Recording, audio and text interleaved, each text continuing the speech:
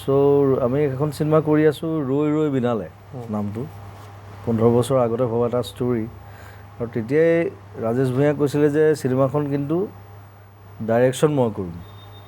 কাৰণ এনেকুৱা এখন কমাৰ্চিয়েল চিনেমা মিউজিকেল চিনেমা মোৰ কৰিবৰ ইচ্ছা আছে বহুদিন সপোন আছে বোলো ঠিক আছে মই কৰা তই কৰা একেই কাৰণ গোটেই কনচেপ্টটো মোৰ ষ্টৰী মোৰ সেই ভাবি থাকোঁতে 15 বছৰ পাৰ হৈ গ'ল আৰু মানে যোৱা বছৰ মই ক'লোঁ ৰাজেশক মই বোলো চা আৰু 15 বছৰ পাৰ হৈ গ'লে এইখন চিনেমাত মই এক্টিং কৰিব নোৱাৰিম তেতিয়া বেলেগক ল'ব লাগিব আৰু চিনেমাখনত মোৰ এইটো কেৰেক্টাৰ আৰু চেলেঞ্জিং কাৰণ মই তাত গোটেইবোৰ কথা কৈ নিদিওঁ মই অলপ বেলেগ ধৰণৰ এটা চৰিত্ৰ কৰিম মই ব্লাইণ্ড তাত চকুৰে নেদেখোঁ আৰু কমপ্লিটলি মিউজিকেল চিনেমাখনত এটাও মাৰপিট নাথাকে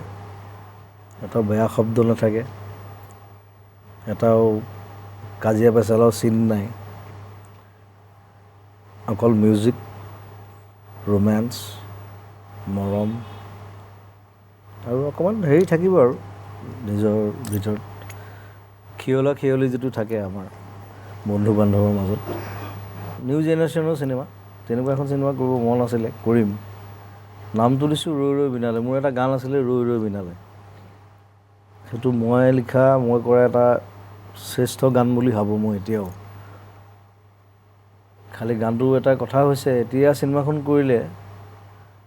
গানটো আকৌ ৰিক্ৰিয়েট কৰিব লাগিব আকৌ মই গাব লাগিব কাৰণ আজিকালি টেকনিকেল কথাবিলাক বেলেগ হৈ গ'ল মই আগৰ ট্ৰেকটো লগাই দিলে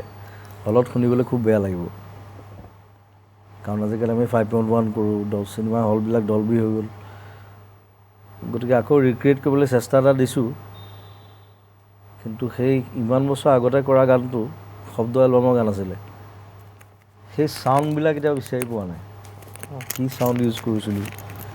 সেইটো লৈ পেলাই অকণমান এটা যুদ্ধ এটা হৈ আছে এতিয়া অনুৰাগে মাজতে এটা কৰিছিলে সেইটো ফাইলটো হেৰাই থাকিলে এতিয়া আকৌ তাক কষ্ট দিবলৈ মই বেয়া পাইছোঁ কাৰণ সেই কষ্টকৰ গান এটা আৰু সেইটো এটা মোৰ আটাইতকৈ দীঘল গান 7 মিনিট কিমান ছেকেণ্ড কিন্তু চিনেমাখনত তেনেকুৱা নকৰোঁ চিনেমাখনত মই 5 মিনিটৰ তলত ৰাখিম আৰু সেই চিনেমাখনৰ সেই গানটোৰ পৰাই গোটেই ষ্টৰিটো বেলেগ ধৰণৰ হৈ যায় গতিকে আমি লিখি আছোঁ এতিয়া ৰাহুল আহি আছে মাজে মাজে এইকেইদিন কিন্তু আমাৰ ফাৰ্ষ্ট কাম হৈছে আমি দুদিন বহিছোঁ দুদিনত আমাৰ